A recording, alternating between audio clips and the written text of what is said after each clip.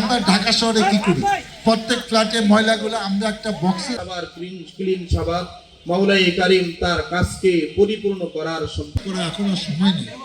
তাই আমি চাচ্ছি যে এটা নিয়ে যাতে আমরা সবাই শান্তিতে থাকতে পারি, কোনো নির্মূল করতে পারি।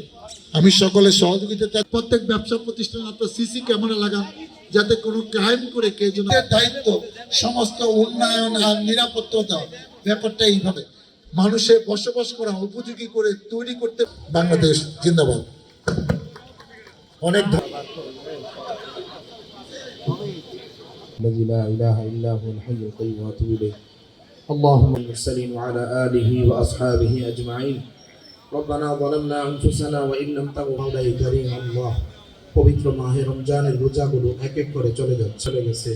আল্লাহ নাজাতের সেহরি ফরজ ইবাদত নফল ইবাদত সহ দান সদকা যা কিছু আপনার বান্দারা করতেছে আল্লাহ মাওলাই কারীম সমস্ত কবরবাসীকে আপনি মাফ করে দেন।